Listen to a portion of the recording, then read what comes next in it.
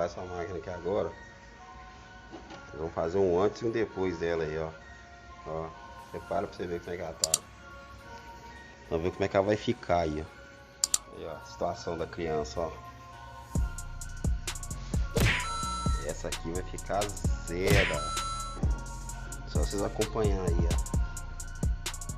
ó. Aí, ó. Cada enxadada é uma minhoca nova.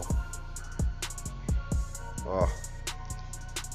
Essa tá mal. Vamos deixar zero. Aí, galera. A situação tá ruim. Vamos deixar zero.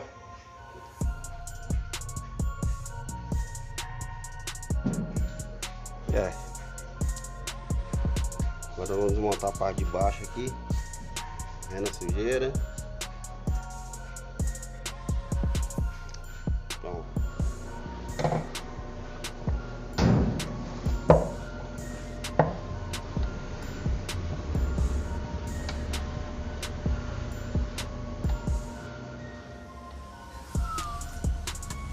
Aí, gente, acompanha a mágica aí, ó. Olha o estado dessa máquina. Quando tiver tudo limpinho, eu vou vir mostrar pra vocês de novo. Estado, olha isso.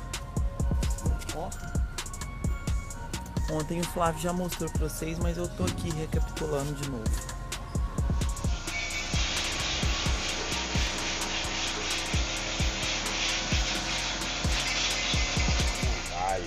Tudo limpinho.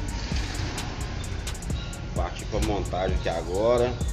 Daqui a pouco vocês vão ver como é que ela vai ficar aí. Agora nós vamos usar essa caixinha novinha aqui. Eu tô usando a lado porque eu não achei original. Tem falta em todos os lugares. Mas não deixa de ser boa também não.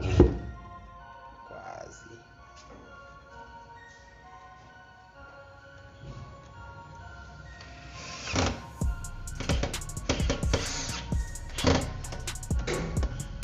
Quem te viu, quem te vê, hein?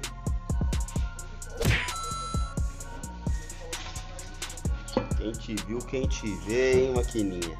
Ó, limpinha. Tá quase pronta.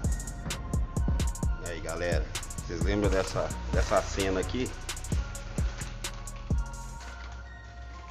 Ainda tem uma sujeirinha, mas é porque não tem como se alcançar tudo aqui. Tô montando essa aqui, ó, terminando. E a Renata tá montando esta aí, ó. Tá quase também. O filtro aqui eu não mostrei não. Mas tava ruim isso aqui. Eu acho que eu mostrei.